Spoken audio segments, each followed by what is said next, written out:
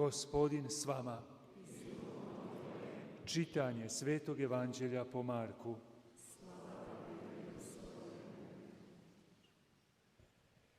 U ono vrijeme vrati se Isus iz krajeva Tirskih, pa preko Sidona dođe Galilejskom moru, u krajeve Dekapolske.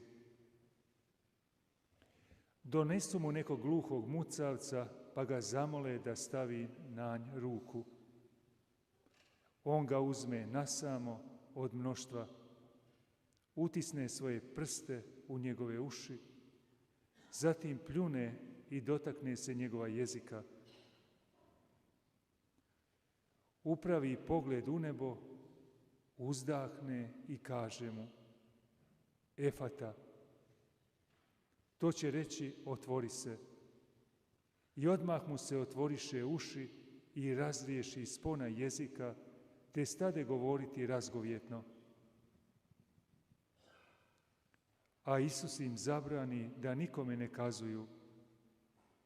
No što im je on više branio, oni su to više razglašavali i preko svake mjere zadivljeni govorili: dobro je sve učinio. Gluhima daje čuti, nijemima govoriti.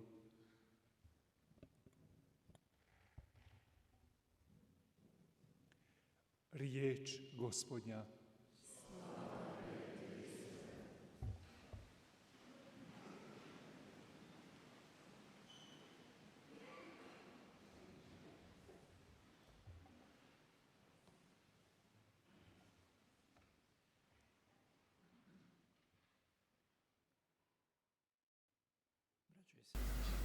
형제자매 여러분, 어느 날 가프라고 하는 강가로 나무들을 주우러 두 소녀가 그 강가로 내려갑니다.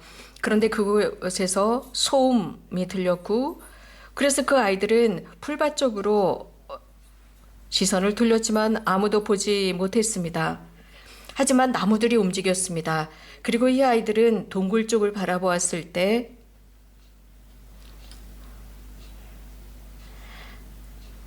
거기에서 그 동굴에서 흰 옷을 입은 여인을 봅니다. 흰 옷을 입었고, 그리고 허리에는 푸른색 띠를 두르고 있었습니다. 그리고 그 발 아래는 노란색 장미꽃이 피어 있었고, 그 색깔은 머리에 쓰여진 왕관의 색깔과 같았습니다. 이런 묘사가 베르나데트 수녀가 묘사한 모습입니다. 바로 오늘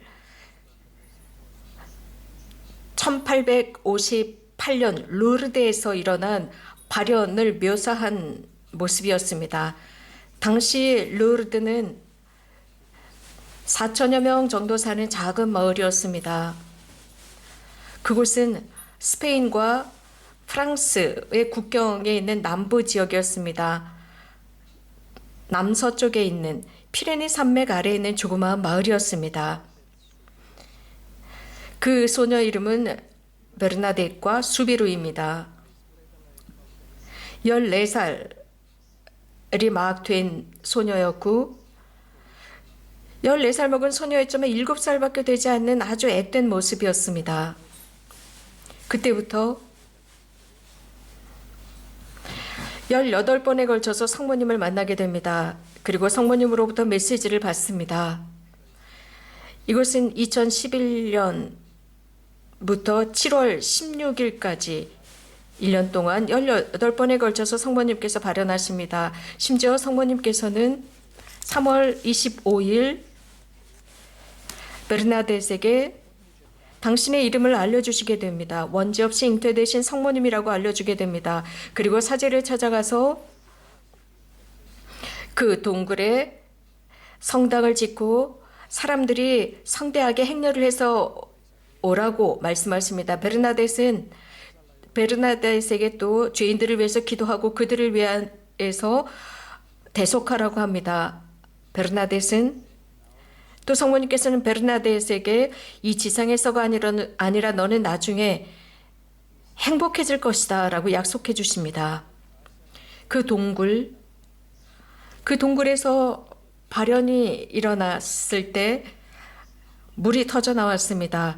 그 물을 루르드의 기적수라고 부르기 시작하면서 기적이 일어났고 치유가 일어났습니다. 심지어 지금까지도 이 루르드의 기적수를 통해서 많은 기적과 치유가 일어나고 있습니다. 이렇게 되자 의사들을 중심으로 한 이 기적에 관한 조사위원회가 구성이 됩니다.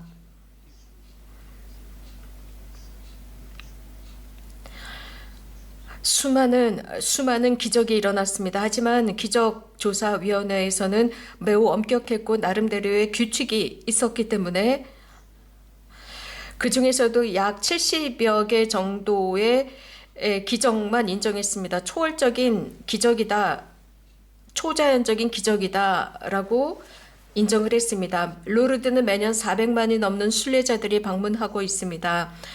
더 심층적인 조사를 해나가면서 교회는 이 루르드의 발현을 초자연적인 발현이라고 인정했습니다. 베르나데스는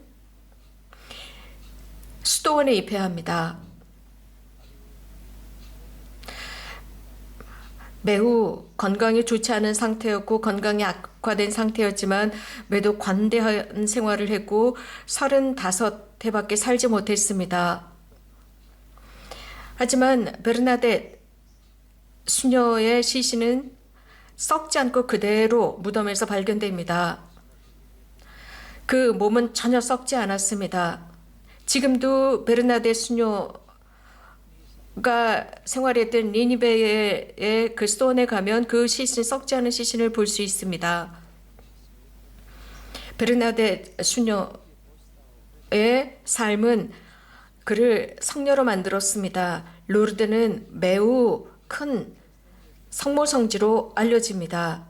여기에서 정말 루르드에서의 그 놀라운 것은 환자들의 모습입니다. 전 세계 곳곳에서 찾아온 환자들입니다. 다양한 질병을 앓고 있는 환자들. 그래서 그들은 심한 중병을 앓고 있기 때문에 침대처럼 만든 휠체어 침대에 몸을 의지해서 오지 않으면 안 되는 중환자들이었습니다. 그래서 성교황 요한 바오로 2세께서는 바로 오늘 2월 11일을 병자들의 날, 병자들을 위해서 기도하는 날로 지정하십니다. 또 환자들을 위해서 일하시는 간병인들을 위한 날이기도 합니다. 올해는 30주년입니다. 병자의 날 30주년을 기념하는 날입니다. 오늘 우리는 루르드의 첫 발현을 기억하는 날이 바로 오늘 2월 11일입니다. 그리스도 성모님의 아들이신 그리스도 살아계신 하느님의 아들이신 예수 그리스도께서는 이 전례를 위해서 우리들을 모아들이셨고 또 우리들을 위해서 당신 스스로를 쪼개어서 너그럽게 우리들에게 빵의 형태로 오십니다. 거룩한 성체의 모양으로 우리들에게 오셔서 나누어 주십니다. 예수님께서는 가장 먼저 성모님을 거룩하게 하셨고 또 지치고 무거운 짐을 진 사람들은 나에게 오면 내가 쉬게 한다는 말씀을 하셨습니다. 이러한 음성은 예수님의 동시대 사람들이 들었습니다. 그것은 유대인들뿐만 아니라 이교도들도 이 말씀을 들었습니다. 그것은 오늘 복음에서 우리들에게 들려주는 바 그대로입니다. 예수님께 찾아온 많은 사람들 중에는 환자들이 많았습니다. 예수님은 그들을 치유해 주셨습니다. 이렇게 오늘 저녁 우리가 들은 이 말씀은 우리들의 귀 속에서 여전히 울려나오고 있는데 그분은 우리들 각자를 얼마나 사랑하시고 자애로웠는지를 보여주고 있습니다. 그것은 유대인들뿐만 아니라 길을 잃은 양들을 위해서도 이스라엘 부족뿐만 아니라 모든 사람들을 위해서도 당신의 자애로움을 보여주셨습니다. 그래서 모든 이교도들에게도 이렇게 해주셨고 그래서 많은 사람들은 귀 먹은 이들은 듣게 하시고 말 못하는 이들은 말하게 하시는구나라고 감탄했습니다. 형제자매 여러분, 우리들의 눈 멀고 말하지 못하는 모든 것들을 치유해 주십니다. 그분께서는 개별적으로 직접적으로 치유해 주십니다. 이 귀가 먹고 말을 더듬던 사람도 예수님께서는 한적한 곳으로 따로 데리고 나가십니다. 그리고 그를 면대면하십니다. 직접 그를 만나시는 것입니다. 따로 개별적으로 만나셨습니다. 그러면서 그에게 건강을 회복시켜 주시고 그에게 시력을 회복시켜 주시고 청각을 회복시켜 주셔서 보고 듣게 해 주셨습니다. 우리 여기에서 잊지 말아야 하는 것이 있습니다. 예수님께서는 바로 이것을 위해서 이 세상에 오셨습니다. 사람을 도와주기 위해서 오셨습니다. 각각의 사람들이 예수님의 현존을 느끼도록 하셨지만 예수님께서는 나와 여러분들을 필요로 하십니다. 나와 여러분들의 행동을 필요로 하십니다. 아픈 이들, 도움을 필요로 하는 이들이 예수님의 권능과 예수님의 그 힘을 느끼도록 우리들의 도움을 필요로 하십니다. 당신의 신자들에게 힘을 주십니다. 그 중에서도 의심하지 않고 희망을 가지고 그 시련 속에서 이겨나갈 수 있도록 하나님께서 멀리 계시지 않다는 희망을 갖고 살아가도록 하셨습니다. 주님께서는 우리들의 삶을 앞으로 이끌어 주십니다. 우리는 때때로 다른 사람들의 말을 듣곤 합니다. 이방인들이 예수님 곁에 있었습니다. 우리들 주변에도 이방인들이 있습니다. 이방인이라고 하는 것은 혹시 우리들의 마음이 이방인이 아닌지요. 루르드의 발현이 시작이 되었을 때 세상 나름대로의 해결책을 제공하고 있었습니다. 왜냐하면 프랑스 혁명도 바로 직전에 있었습니다. 그래서 이 세상의 다양한 패스트를 확산시켰습니다. 그래서 하느님 대신에 어떤 특정한 인간적인 것으로 대처해 놓았고 하느님으로부터 오는 것들을 미워했었습니다. 그러면서 현대에도 그리 다르지 않습니다. 선과 악의 투쟁이 지금도 일어나고 있고 영원히 지속될 것입니다. 형제자매 여러분, 저와 여러분들은 예수 그리스도를 믿었습니다. 그렇기 때문에 날마다 우리는 선함, 하느님으로부터 오는 그 착함을 위해서 선택해야 하고 또 이웃들의 삶 속에서 예수님께서 위대해질 수 있도록 해야 합니다. 신앙 또한 부차적인 것처럼 선포되는 세상에 우리는 살고 있습니다. 그러나 예수님과 성모님께 도움을 청하는 사람들은 신앙이 부차적인 것이 아니라 절대적인 것으로 여기고 예수님과 성모님을 찾고 있습니다. 우리가 이렇게 생각할 때 예수님께서는 우리들의 질병으로부터 우리들을 회복시켜 주시고 우리가 그분을 따르도록 하십니다. 예수님께서는 어떤 누구도 배제하지 않으십니다. 거부하지 않으십니다. 예수님을 싫어하는 사람들조차도 그분은 배제하지 않으십니다. 우리 모두를 방문해 주십니다. 그렇기 때문에 예수님은 세상에 오셨고 환자들에게는 의사가 필요하다고 하셨습니다.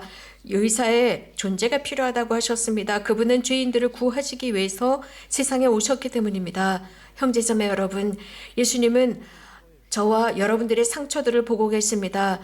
또 저와 여러분들이 지니고 있는 희망이 무엇인지 보고 계십니다.